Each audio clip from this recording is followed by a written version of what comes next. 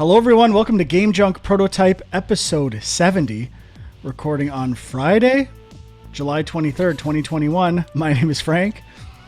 It is Friday, and my name is Sean. It's definitely Friday. My name is Andrew. And we're going to be talking about all the amazing news from EA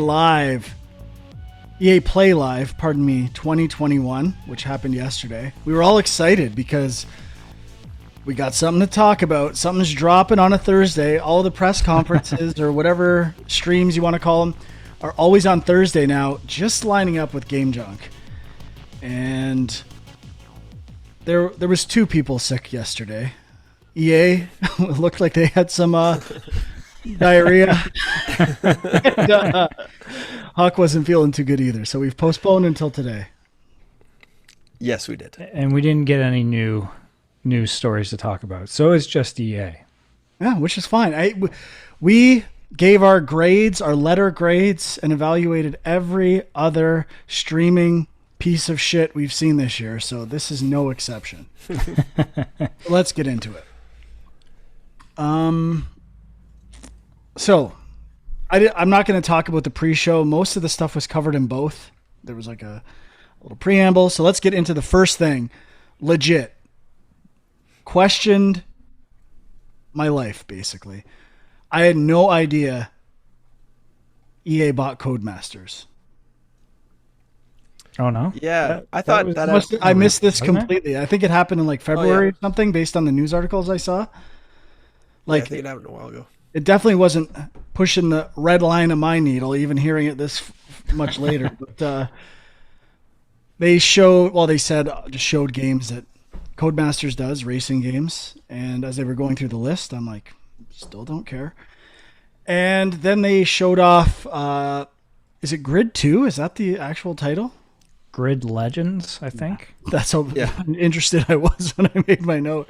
And I feel bad because I always think EA gets a bad rap. Like they're the evil company and Nintendo's like the darlings, even though they're the same company as far as I'm concerned. But Grid Legends looked like absolute garbage. Like it's all these like they have actors doing a story that are like so obvious that it's bad video game acting. They led off with this. Let's start with that. This was the lead off of the whole thing. And to be fair, I was jumping on Microsoft's Bethesda circle jerk. And I mean, I didn't even know about the Codemasters announcement. So maybe they should have had their own marketing branding discussion for EA and Codemasters because I didn't even know about it. But what did you guys think of Grid 2? We all agree this is a steamer, right? I mean, no real interest from me. I guess the story campaign thing is kind of interesting. Like, I can't think of too many other racing games that have a really cinematic story mode. Now, I thought they did one in F1 2021, like the one that just came out. Did they? I thought they tried to do something like this, yeah. I could be wrong, but I could have sworn I tried. I think the F1 game was on Game Pass. I thought I tried it, and I thought it had a cinematic mode, like where they were trying to tell a story. I could be wrong, but that's an EA one as well, right? Well, I think now it is. I think F1 is Codemasters. Oh, really? Yes. Well, I guess that would make sense. But yeah, I mean, like, I was just going to say, like, for a while there, it felt like EA was trying to do that with all their franchises. And they still kind of are, but it seemed like they backed off on it a bit. I just think the full motion video stuff, or as much as every career mode, you know what? I take it back. It might actually be better. I was thinking I'd rather have just 3D models that do the story, but those are really bad too, especially in the NBA 2K stuff. So you know what? I'll give them the benefit of the doubt. At least this is different than these like generic decision or dialogues that you do with coaches and stuff like that are the worst. So I would say the Madden one I tried was better than most, and I'm assuming FIFA is of the same level, but yeah. So when this was the first announcement, I was deeply concerned. Only Codemasters game I'm interested in is Micro Machines, so give me a Micro Machines sequel. I might be interested. Hey, maybe DLC like the Forza Yeah, that's true. Hot Wheels. Could happen.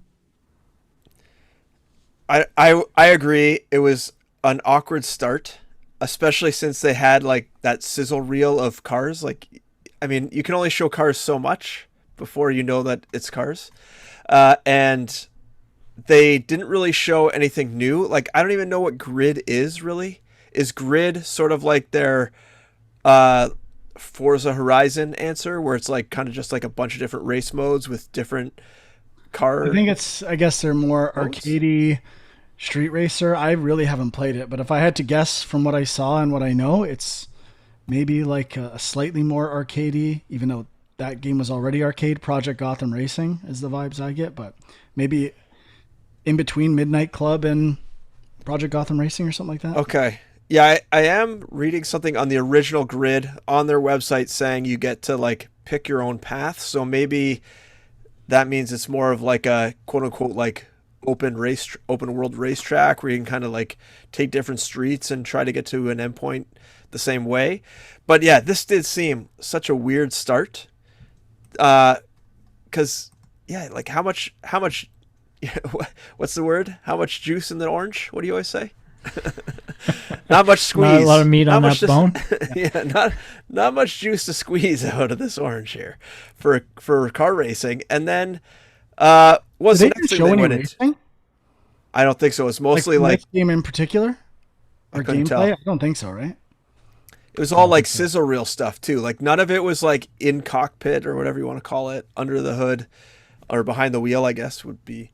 Well, that's the So- theme of this press conference, where it was like all sizzle reel stuff, all pre-rendered things, Yeah. zero gameplay. It feels like EA has a completely different strategy in terms, I would think, of their target market. Like they're probably, out of all the major companies, I bet they're maybe the most like casual, like not super casual, but in between like the hardcore gamers, like the people who play sports games and maybe that's it, and Battlefield. And I think they're just appealing to like kind of general audiences with a lot of this stuff. I mean, the thing was thinking the whole time is that, like, when you think about EA as a whole, it's not like some companies, like, you know, Nintendo, people are really into Nintendo. They'll watch that whole press conference and be interested in everything that's there. EA, it feels like everybody's going to have one thing they care about at this press conference, and they don't care about anything else. Like, that's it. Not so fast, although there would be one I care about. It's not necessarily that I cared about what they showed today. All right, next. This one was really strange to me. Apex Legends Emergence. Like the whole time I'm watching it, the vibe I'm getting, because they rebranded it, they're not calling it a season unless they've given every season a name. I'm like, oh, they're doing a story version of Apex Legends. That's what I thought the whole time. And then they started talking about it's just some new characters and gameplay modes, I think. But man, that's a lot of hoopla for like, I don't know, some new characters in a battle royale-ish type game. So again, that just kind of makes you realize how much they're juicing in this thing. Yeah, well, I think they're kind of trying to do Battle Royale meets League of Legends, where you have like a bunch of characters with a backstory with all unique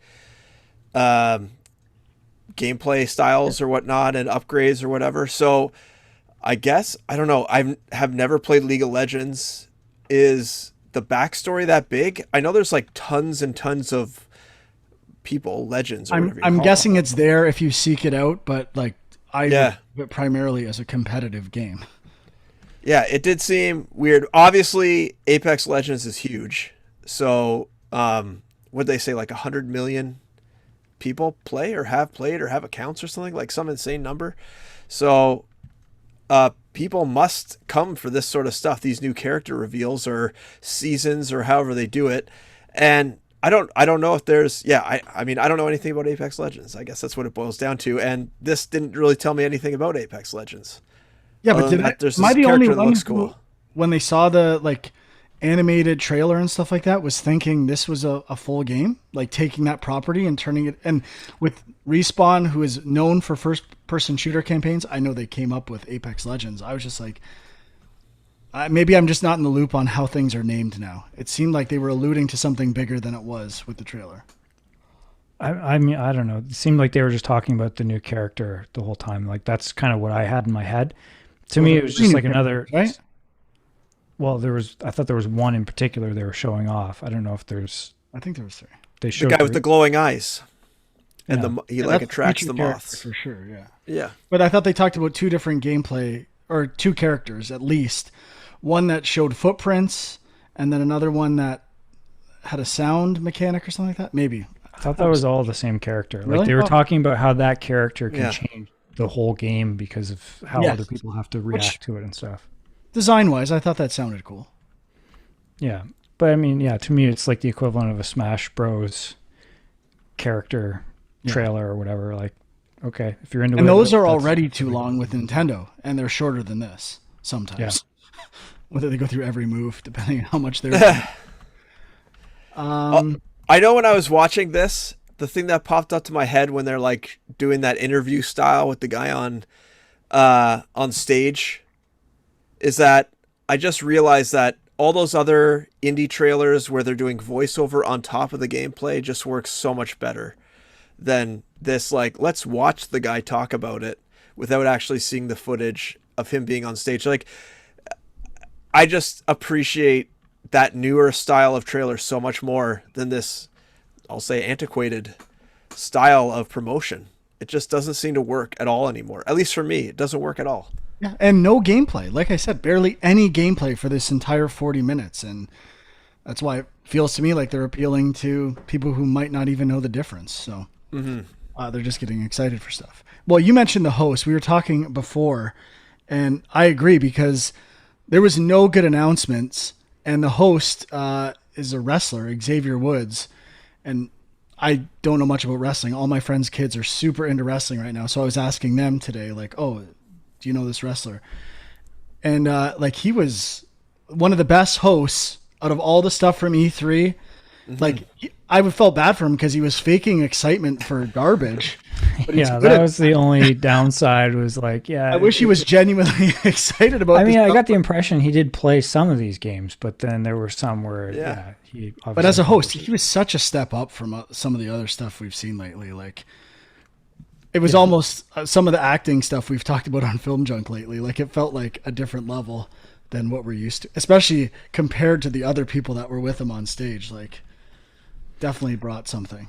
I mean, that's the thing, right? Like you either get somebody who's good at performing and good at speaking and all that kind of stuff, but maybe they don't know a lot about games, or you go for somebody who's in the industry, but they're not great at the performance part. And he seemed like he was into games enough that he could kind of keep up the conversation. So, Yeah, pretty good. I got the idea that he was definitely faking excitement, but he actually did know something about games, or at least, you know, had tried them at least. Because he was saying, was it after Apex? He like said he's in a guild or something, where like you could come challenge his guild or something, and he gave out his guild name or whatever it was. So he obviously Oh, really?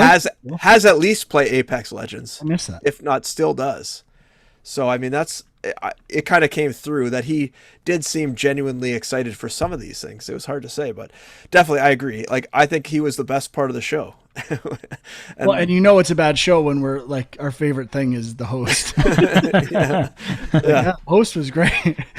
Like this letter grade is not gonna be good. Xavier Woods, A+. Yay.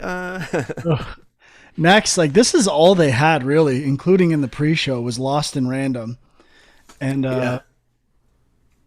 and I was intrigued by this game, and I at the time I'm getting less interested every time I see it. Like the way things kind of freeze, and I'm questioning how these dice rolls are integrated into the game. I'll still check it out for sure, but I'm not seeing. Other than the idea of randomness, I'm not seeing that much cohesion in gameplay. I'm not sure how this stuff. Maybe they've got a cool idea on how it all works together, the cards and the combat and all that stuff, but I'm getting concerns lately. And even with the like art style changes, like so sometimes they're showing like 2D cartoony art, then other times they're showing the 3D Tim Burton art, and it's really confusing to tell what the game is. And then they go into like the third person action shooter, which makes me think it's going to be Frank's next game of the year.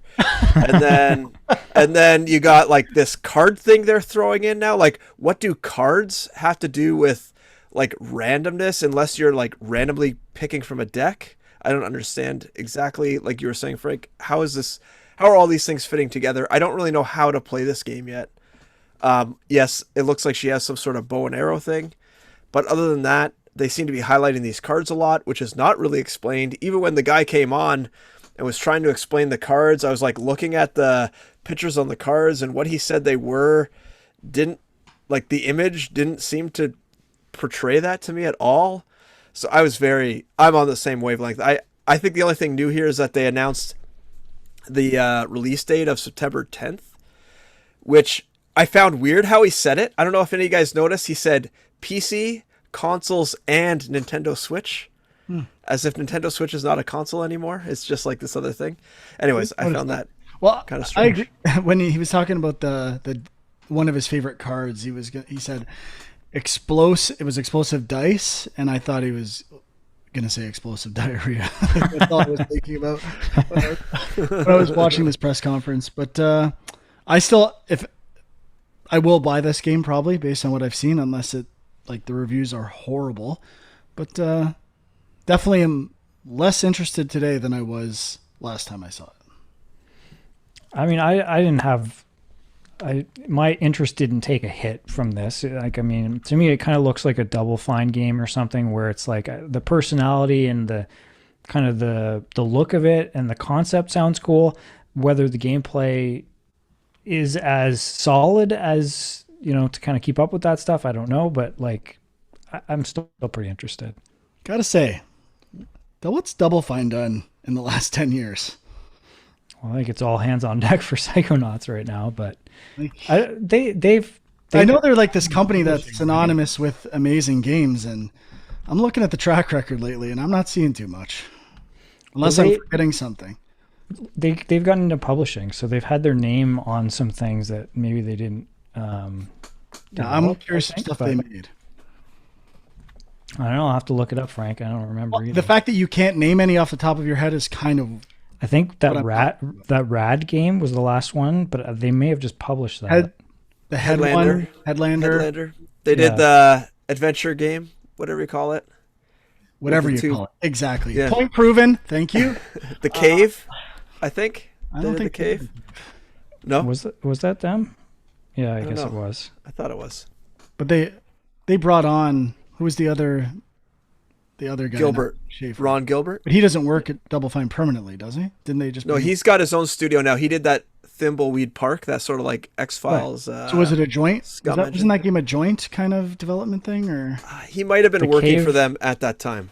Yeah, I think the Cave was like his baby, but they worked with him on it. But yeah, the last few years, Rad looks like they did that Psychonauts VR game, which was not that great, and Headlander, which I kind of liked.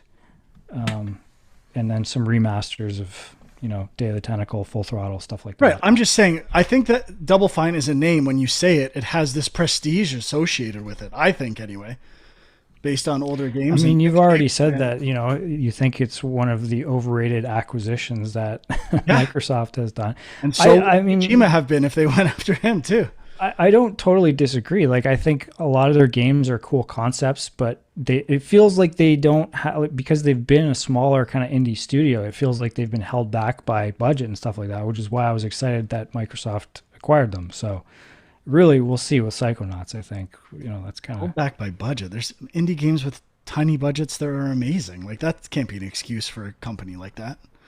That's just what the feel of their games. They feel kind of like...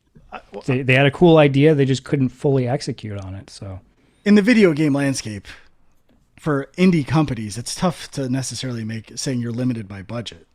I think like there's lots of great low budget games or that work within a budget.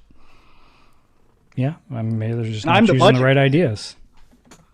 I'm the one always talking about budget and movies. That is true. All right, moving on. Speaking of budget, big budget Battlefield 2042. Oh, you missed Oh, Knockout City. oh, I did. Okay, sorry. That wasn't a joke. I thought we were talking about Battlefield. Just really some new maps. Maybe that's why I didn't even Yeah, it wasn't much. write it down. But I Fight at the it's movies. doing pretty well. The movie themed thing, right? That's Yeah. what they called it. Apparently. I didn't really see Didn't too look much out of didn't it. look but- like the movies to me, but what can Yeah, you I do? was not really focusing on this too much. Yeah, we can skip over it. There wasn't much. Still It's want to try basically this DLC. game, but Yeah, They called it I se- think it was good. And they call it season 2. I mean, are seasons no longer like a year? Hasn't No. this Yeah, I game mean, only it's been pretty- out for like 3 months? pretty quick for a second season. I agree. Yeah, the seasons go quick, real quick. Well, in real life, there's 4 seasons a year. Just depends on seasons you're talking about. Battlefield 2042. Not a lot of gameplay shown here either. The biggest thing they were pushing was this idea of the portal, where you can configure gameplay modes, even do some looks like a version of visual scripting to control your game modes and customize things, which I guess that's what the Forge was in Halo. Is that right? Something similar, maybe not to this degree or with the same amount of options, but it's their one-upping of the Forge, let's say. Yeah, I don't recall what the Forge was. I But don't know. it almost reminds I'm me of pulling like that name out of my ass. I don't know if anything about what I said is correct there. it does sort of remind me of like Unreal Tournament mods, like going way back, where you could write your own kind of like game rules and then add your own weapon mods and stuff like that. Although this you could choose from existing Battlefield properties and kind of mix and match.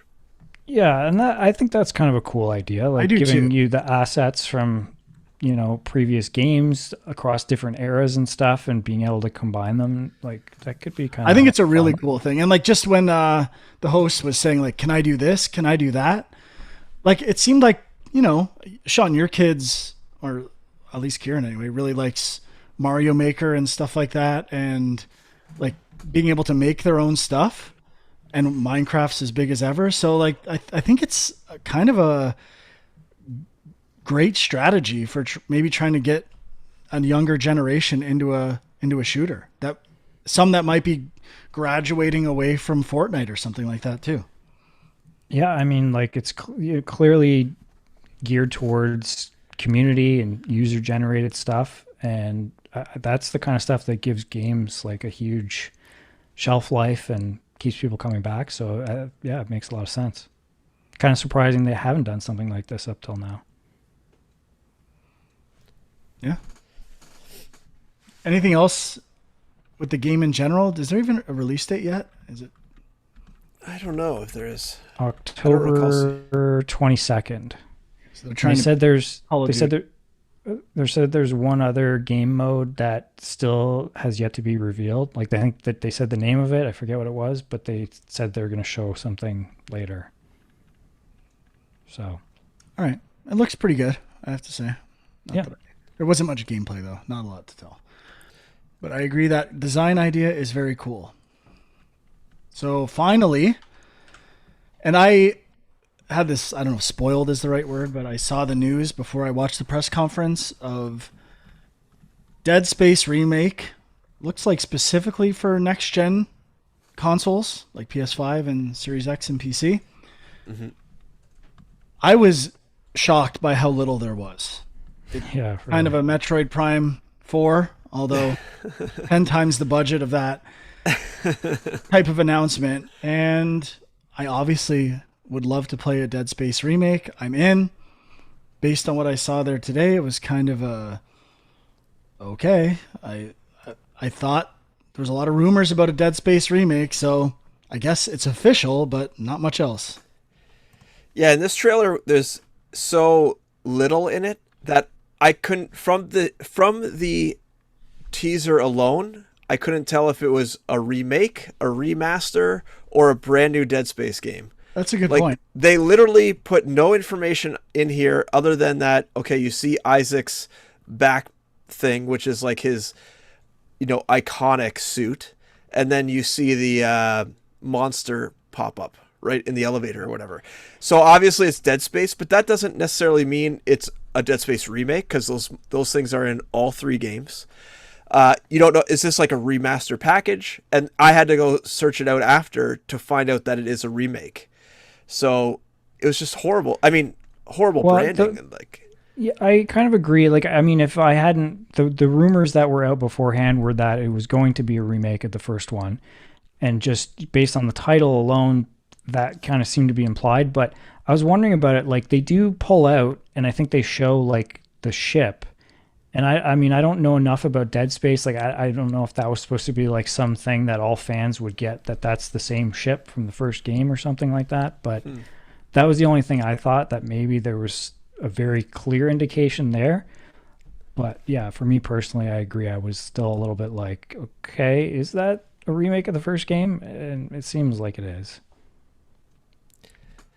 Yeah, I don't know the pullout section you're talking about, but I'm rewatching it now to see if I can see it, but I don't see anything like that. I mean, other than maybe when he's standing at that desk, maybe the like workbench is. Well, I thought like at the end when the logo comes up, you could see like the ship in the background or something. Maybe I'm completely off base on this, but I don't see it. I guess it's worth mentioning too that it's not Visceral doing it, because that studio got shut down, right? So I think EA Motive. Yeah, they did I think Battlefield 2 and Squadrons, yeah. So I mean, I don't know if that's good or bad. That, you know, could be bring a new perspective, but I assume that hardcore fans might be a little concerned there. What a kick in the pants though. Like, Visceral gets booted, so they go out, get funding, basically make Dead Space, and then EA's like, you know what? No, fuck you, we're gonna make Dead Space again. Like, yeah, what exactly. assholes. Now, I think some of the people from Visceral did form a new studio that I think they're doing like a sci-fi horror game.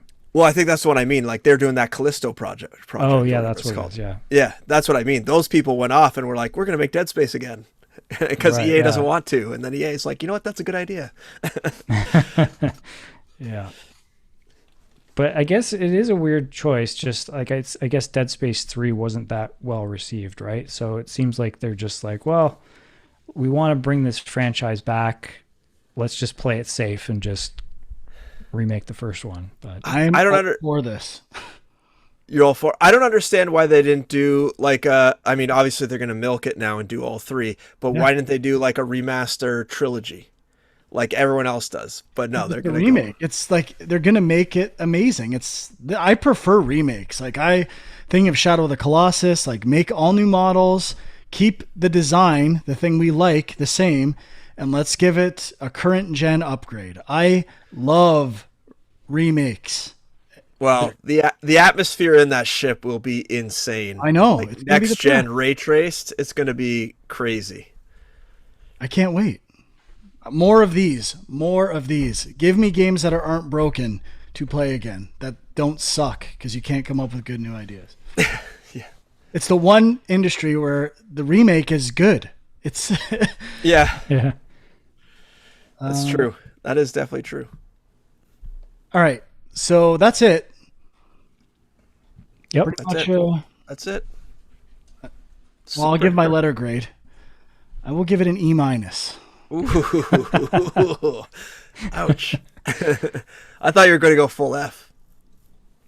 I mean, it's like a D for me. You gave the other ones a C-. I like Lost and Random. So it's like one of those things where it's like, I mean, their games just aren't for me. But if you're into some of these games, it would be exciting. When you're grading, it's objective. You're just following the rules. It's nothing personal. It's just, I'm sorry, your press conference was an E-. Sure. You know what? I'm gonna give it a D-, only because of that Dead Space trailer and the potential that it holds, and Xavier Woods. That's it. This would be an F. Well, those two things. This isn't a presentation quality. I thought, like, in terms of the videos and hosting, it was really good. I'm only evaluating value of announcements and content with Oh it. well, come on, man. Like that's you got your own rules then. Oh, okay. Yeah, I do then.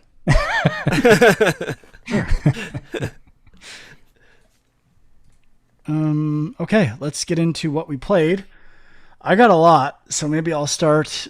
Sean, you played this as well, I think. I don't think Huck has. The Skyward Sword remake HD.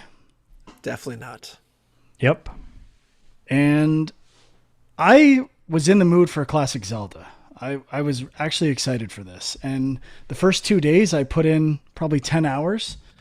Since then, I've put in 4-ish. And I love the look of it. Even though it's like dated textures and stuff like that, I still think Nintendo's art style shines. It looks amazing. I was telling Sean in another conversation, Nintendo does not get enough credit for their camera framing and cinematography. For like really simple cutscenes, they're always interesting. They change camera distance, angle, interesting posing. And the fact that they have so little animation, when they do animate something in a cinematic, it's very impactful. So they have gotten the absolute most out of like a low budget cinematic. Like, it's amazing compared to how much money I see other companies put into cinematics that you forget after 2 seconds. Nintendo just crushes camera placement. Yeah, they're the kings of like the camera zoom in to really like make you impact on that like exponential point. They've got a very specific, like different cinematic language for video games, and I don't know why more people haven't copied them, to be perfectly honest. So I've played it mostly with the Pro Controller, and then there was some challenges where you needed motion controls, and I still never got my old ones fixed. So I ordered the Skyward Sword exclusive or limited edition Joy-Cons and the Amiibo, which I haven't received yet. Went a little crazy with Skyward Sword, to be honest. But, I'm liking it. I still find it super frustrating at times. Like, and you can't win. If you play with the Pro Controller, you have to hold L to say you're using the right stick for camera. And then if you use motion controls, you have to use motion controls. So, and they are not good. Like, even when I'm swinging a sword, I still think the combat with enemies does not make sense. Like, they're anticipating attacks. Like, you couldn't, by the time you move your hand to prep the attack, they're already defending it. Like, it's just too hard. Like, in terms of its, leniency, I guess, with the motion controls, that it's just not good design for Nintendo. It's very bad design. And sometimes with the tells of the enemies, I don't even know what I'm supposed to do. There's the one boss that's very unclear, where it's kind of following your hand, and you can't tell or give away your attacks. But it's really arbitrary. Like, it's poorly designed in terms of motion combat. But I'm still scratching that classic Zelda itch. Sean? Yeah, I mean, I played like maybe 8 hours or something and got past the first dungeon, kind of close to starting the second one. I'm enjoying it, but I do feel like I've been fighting through it a bit. That the first couple hours are still pretty slow. I think one of the things they did change is I think you can like skip through the text quicker. Okay. I think you couldn't just do like a full page of text with a button press in the original. So that is nice. But yeah, the controls, I also started with the Pro Controller and I was kind of getting into it. It is a little weird that if you want to have camera control, you have to hold down the L button, but I kind of was getting used to it. But then I got to certain things, and I gotta say, I think the boss in the first dungeon, I was like, it took me forever to beat that guy, and it was just so frustrating. Like, I switched to motion controls. And the one I was talking about? I don't. What's the hand one? Like the hair over his face? Oh yeah, where he holds his hand out and grabs your sword. The boss is terrible. And there's 3 versions of that boss in the game. Oh my god, seriously. I switched to motion controls thinking this is going to be super easy, and it was harder. I actually ended up I actually beat him with the Pro Controller, and it was only just like it was the Random, first. random Yeah, it swipe. was just random basically. Like the first phase of that boss fight, like I could keep going to like not get hit by him or anything like that, but I just couldn't hit him. So it just took forever. And it is weird when you use the analog sticks. Like sometimes it works well. Like things like holding your sword up are actually easier. Yeah. But the left, right, left, and up, down, up is brutal. Yeah, because there's like if you flick quickly in one direction, it'll usually do like a quick slash in that direction. But to kind of do proper hits, you gotta go right then left, and like it just feels like you're a little bit behind, especially when enemies are adapting and blocking. Well, and what I was saying, right? Like to do the spin attack and the finisher attack, you have to do 3 motions in a row, which is a lot of pushing to get one move to happen. Like Yeah, both versions are not great, motion or non-motion, but I guess I prefer playing in non-motion, specifically for flying. I hate having to move the controller to fly. It's brutal. yeah. There were a couple other things with motion that were kind of annoying. I can't remember what they were now. But like I do like some of I think the the Skyward Sword mechanic is the worst. Holding it up for like 5 seconds to swipe down, give me a break. yeah. But I mean, it's the title of the game, so you got to have that everywhere. Um, but yeah, I mean, some of the gadgets that you get, I guess, are kind of unique, and don't think I've seen them in any other Zelda games. I even remember at the time loving the idea of throwing bombs versus rolling them. I thought that was really cool, but it Yeah. is frustrating with the controller. Like, Yep. Definitely. And it is, we were talking before, like it is interesting some of the Breath of the Wild precursor stuff that's in there. Things like, items that can break, the stamina meter, the dowsing thing to like be able to set something that you're searching for and find it. There were a few other things that I guess I totally forgot that this was the one that came before Breath of the Wild. So there are some pieces that are in there, but it's definitely like a super linear game. it's exactly what I want. And I love Yeah. like Nintendo's creature design or character design. The Loftwing, the bird, is the coolest bird ever. I love that thing. That's why I bought the amiibo. It's amazing. And even each area, I'm in the 3rd area, major area, and there's always a creature that's associated with the area you're in, and they're amazing. They're so cool. Like, God, I hate when Nintendo is amazing at things. Like, that's why they can do whatever they want, because they come up with stuff like this, and it's so much better than what everyone else does. But it's funny, like, like I was saying, like the first couple hours are still pretty rough to get through. And I feel like only because it's Nintendo, people push through, people give it a chance, something like this. They re-release a game that a lot of people didn't like, and people give it another chance because it's Nintendo and will give you the benefit of the doubt. Whereas any other like unknown developer puts out something like this and people will just be, nope, I'm out. I'm not gonna lie, I like the first few hours. Yeah? Yeah. Oh, I did not. So apparently with that text skipping thing, they cut off 10 hours of the game, according to Really? how long it beat. Really? Yeah. So the Wii version of this main story, 38 and a half hours. The HD, 28 and a half hours. Nice. So you save 10 hours. That's definitely a plus.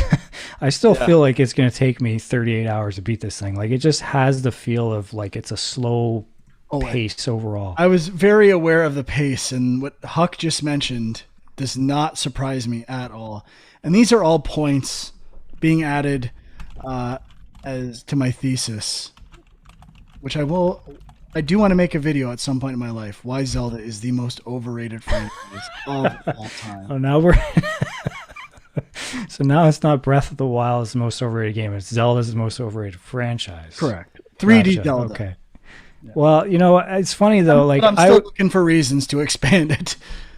I actually don't disagree with you on the 3D Zelda thing because I was thinking about it and like Skyward Sword, Twilight Princess, even Wind Waker. Like I've been trying to go through it on the Wii U and I still haven't beat that one. But all those games I just bounced off of for whatever reason, and going back now, it's like controls are just clunky. Like they didn't quite get it until Breath of the Wild. That's the first one that really worked for me. Disagree, but they are very clunky, annoying games to play, but they're also really well designed. Like I marvel at the puzzle design sometimes, and the world I love, the aesthetic I love. It's just they should just steal Horizon's controls and put them in Zelda. You're done. You have an amazing game. I don't understand how that hasn't happened. It's like they're so insistent on their control methods. It's kind of crazy. But I did play Horizon. So Sean had bought a new video card, and I borrowed his old one for now to see if it would work with my computer. And I actually did some troubleshooting. I figured it out. I got it installed. It was pretty rewarding. And I bought like 10 games that I probably will never play on PC. And one of them was Horizon, which I started again on PC.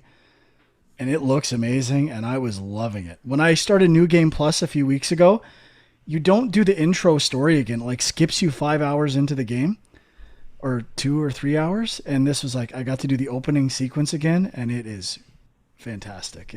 I'm loving this game again. Except I forgot, I'm sure I said this at the time, young Aloy, kind of creepy. I agree. I love Aloy, but I forgot about that intro. The young one is just a little off-putting. But yeah, I'm loving that game. Sorry, Huck, you're up. I have nothing, so keep going. Okay. John, something else we both played? Sure. Death's Door. I'm playing on Series X. The game is getting very good reviews. It's kind of a Zelda-ish meets Souls isometric indie game with combat and puzzle solving. I would say, does that sound about right? Am I missing an influence here, Sean? Yeah, no, there was one other game it reminded me of, and now it's totally slipping my mind. But I mean, yeah, Zelda-esque, I would say, maybe a little more dark and difficult at times, I suppose. But well, I'm not going to say it's my new game of the year, because it's not, but it's pretty close. I don't think it's better than Ratchet and Clank, but I'm loving it. I love the aesthetic, similar to Zelda. Like I love all the art, the world, the main player. The combat is not trying to do too much. I think it's fun. And every time I die in this game, I feel like it's my fault. A lot of indie games, I feel like the design is just overwhelming and difficult for the sake of being difficult. They have a perfect level of difficulty as far as I'm concerned, where I typically blame myself for everything that happened. I'm like, that was stupid. Why did I do that? yeah, the only thing I that kind of bugged me was the attacks. You kind of move forward a bit with the attacks, and I found that I was getting hit a bunch of times. But I think it's a game where it is a little bit more like you run in, get 1 or 2 hits instead of just slashing away forever. So you kind of just got to be more patient. And once I realized that, it wasn't too bad. But yeah, I like it as well. I don't think I've played as much as you. I'm almost done, I think. I've played almost nonstop since it came out. Like anytime I had free time. Oh, okay. Is it a roguelike? No. No, I guess not, right? Yeah. No procedural elements at all. I just old mechanic, but you don't lose anything when you die, which is kind of fun. I'm appreciating that. The other game it was kind of reminding me a little bit of is Hyper Light Drifter. Yeah, for sure. sure. I guess it's Zelda-esque as well. Yeah. But yeah, I really like the art style and just the atmosphere of it. And yeah, I'm trying to kind of focus more on Zelda while I'm still into that, but I have been enjoying that. I'm exactly the same as you, Sean. I'm like, I kind of want to go back to Zelda, but I'm just like, I'm going to keep playing Death's Door. Yeah, it's once you're playing it, it is very addictive. So my 2 criticisms would be, one, I feel like at the beginning of the game, I'm assuming you made it to this part. Did the game not put out this idea that every time you die, you age? And like, is that one, the old crow or raven that you meet says, oh, I thought they introduced the mechanic where every time you die, it's like you're stuck here aging within this realm. And I thought that was going to be part of like your character. Like every time you died, the character would change a bit and like scale up or grow. Uh, Maybe I just misread some line of dialogue or had a design idea instead of just taking something as a line in the game. But I thought that was part of it, and maybe I just had old on the brain. I don't know. The But movie Old, yeah. my other criticism would be areas can be a little like tough to remember and navigate. Could definitely use a map. Yeah, I was gonna ask you about that because I mean, I don't know how long I've played. Like, I basically I played a little bit past the part where you get the title screen essentially, so like maybe an hour or something. But like I when I started, I got the impression that you would kind of go into a world, kill whoever you're supposed to kill or whatever, and pop back out to the hub world. But it seemed like it just kept going and going, and it was just like I was like, I'm starting to lose track of where I am here. So Yeah, I mean, at Bridge R2, I think you led me to what was a more succinct version of my criticism, which is after you're done the first giant soul or whatever it's called, it really doesn't tell you where you should go next. Like at some point in the game, it says go north, go east, go west. And I guess it wasn't clear to me where northeast and west were based on the hub and stuff like that. And I yeah, finally figured out how it works after lots of running around and trying to figure it out. After about 7 hours into the game, I get what the intent was, but a map would have just helped that out. Like I would even settle for a shitty God of War style map where it's like your general area and um, like go in this direction or you're missing things over here rather than having to explore the whole map on my own. right. Yeah. But I'm loving it. I love the music. Small things, new ideas to me to some degree. I love the death screen. Oh yeah. It's incredible. Just look it up. It's just the word death, but like negative space with the camera. Absolutely amazing. Never get sick of it. And the damage indicator on enemies, the cracking system. As you hit them, they start to like form cracks that expose like a color of light. Incredible. One of the best polish features I've ever seen in a game, and it works so well with there's mild RPG elements of weapons having different speeds and damage values. Like it kind of lets you, and magic powers have different damage levels as well, and power ups to them. It lets you see that in real time, like how and like learn how to use them or the advantages of the weapons and experimenting because you see the damage kind of forming in a very visceral, feedback intensive way, and I love it. And it's not a meter; it just adds to the polish level of the game to an amazing degree. It's funny you mentioned the death screen because I was playing Zelda today, and the death screen is just like game over in the most terrible font. And Kieran was watching me play, and he actually commented on it. He's like, "Oh wow, that's like a really great end screen or something like that." I was like, "Yeah, you're right. It's pretty bad." So yeah, come on, Nintendo, step it up. To be fair, that game's 10 years old, but Yeah, I know. Death's Door, finally a game that has commanded my interest, which hasn't happened for a few weeks. One other thing we got to mention about Death's Door, the confusion over whether it was on Game Pass or not.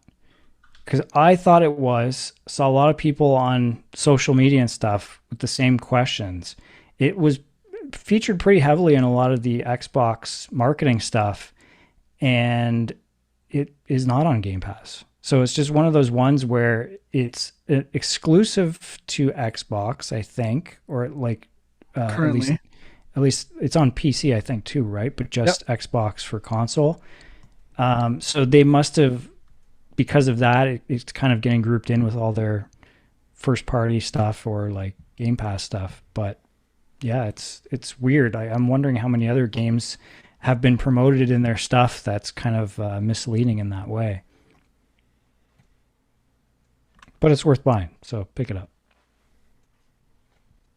Yeah, I absolutely love it. I don't know if because I talked even about Horizon, but I did finally get my Oculus rip-off cable today from Amazon, so it works. I did a test before we recorded tonight, just before. Half-Life Alyx is up and running. I think I will be Beautiful. jumping into that tomorrow, and I cannot wait. I am pumped to finally play this game. Oh yeah, it's really good. My GTX 1660 Super is working out great. I mean, everybody said I was an idiot for buying it. I'm sure I did overpay in this climate, like, but whatever. It was a big jump in my opinion. I noticed it right away with all the games I've been playing. And I'm surprised how good my games look with your older card. And it's a double win, bud. Way to go. You did it. Yeah. So now I have the excuse that I was doing Frank a favor. So, we can talk compensation at a future date, but no compensation necessary. No. I'll figure something out. But I'm playing Horizon. So this is an old video card, and I'm playing Horizon on, although it does have 8 gigs of RAM, like it's decent, on the ultra settings, and it runs fine. That's cool. So yeah. I know, like, it's a PS4 game. I'm not super surprised, and I don't know how much work they put into this one, but it looks really good. Yeah, I have a 1080 Ti, which is pretty equivalent to the new one Dwyer bought, and it's amazing how many games you can run at really high quality with even that. And obviously you can't do any of the ray tracing stuff, but still, the amount of games you can get looking really good is quite a high number. So I was joking before the show, looking up the cost of 3090s, even though I am considering it. But I have to say, the troubleshooting experience, where I used to hate it and loathe it, it was rewarding installing this video card, and it has me wanting to build. Gotta do it. I have a project. I have one other game that I played that I can talk about, which is the Pedestrian, which I had talked about like way back. I think beginning of this year it came out on PS4 and PS5, and so I finished it. It's like a fairly short game. It's a puzzle game. It's the concept is like the stick men you see on like traffic signs and stuff. Basically, you're controlling a stick man and you're traveling from sign to sign, solving puzzles as you go. And so the background is shifting as you're moving to these different signs and things, but you're always on a 2D plane, but you're kind of in the real world. And it's kind of cool how they play with that. And like, at certain points, there's like a section where you kind of go on like a subway car or a train, and you like change some of the circuits, and then you like get off the train and now you're in like a totally different location. The overall context of it doesn't make a lot of sense to me, because you're like pushing boxes and you like have to charge batteries and run power from certain sections to other sections. It doesn't really make sense as far as like a stick man on a traffic sign. But there is a pretty cool, like towards the end, there's like a shift that happens that I thought was pretty neat. But overall, just the puzzles like are very absorbing, but pretty difficult, I think, like because you're managing a lot of different levels of things, because you get to a lot of the puzzles there's signs, but you have to draw lines to connect doors from one sign to the other. And then like it's hard to describe, but there's like 3 or 4 different layers of things you're trying to manage in your head. And it's kind of like one of those games where you really just sit there for 15 minutes staring at the screen, planning out what you're going to do, and then just do it and solve the puzzle, which maybe is not that interesting for a lot of people, but I'm into that kind of stuff, so I really dug it. Nice. It definitely looks cool. I have not played it. Is it like free or anything? Not currently, but there's a PSN sale right now. It might be on sale. Haven't checked. But yeah, it's worth checking out for sure. All right, I think that's everything.